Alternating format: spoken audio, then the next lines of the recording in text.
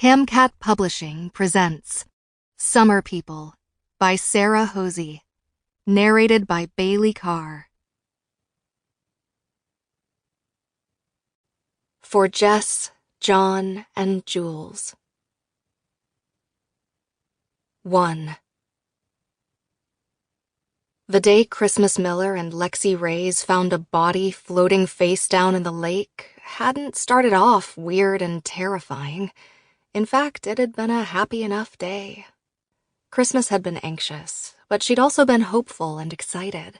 Her best friend, Lexi, a summer person from Pennsylvania, was finally arriving in Sweet Lake, New York that afternoon. Graduation, just 10 days earlier, already felt like the distant past. To kill time as she waited, Christmas raked algae from the lake. Only June, and it was worse than she'd ever seen it. The algae a scum on the top of the water in the shallow areas and growing in puffy, slimy clouds in the deeper water. The absolute center of the lake was the only place you could escape it.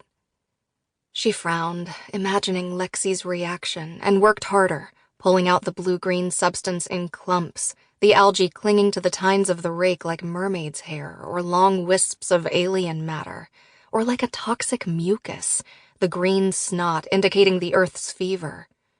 She dragged the algae toward the shore and then heaved it up and dumped it on land, where it would bake dry in the sun, turning into hard, matte-colored mounds that dotted the Miller's shoreline for the rest of the summer. At this rate, the lake might be unswimmable by August. Or if you did go in, you'd come out with burning eyes or a rash, as Christmas's father did one year. When they were kids, Lexi and Christmas had spent all day in the lake, reading aloud to each other from waterlogged paperbacks as they floated in tubes, diving in to cool down. Here, hold the book for a minute. Hours swimming and playing, treading water while they talked about everything, as though being in the water together dissolved the barrier between their minds, making them permeable to each other. But last summer, Lexi had refused to swim in the lake at all. She was disgusted by the algae and would only go in from her grandfather's boat in the middle of the lake, and then only to waterski. If she could have skied without getting wet at all, she would have.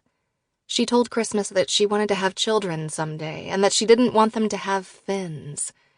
"I hear they're expensive to remove," she'd deadpanned.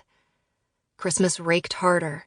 It was almost as if she took its presence personally, or as if Lexi's disgust somehow extended to the entire community, and even to Christmas herself.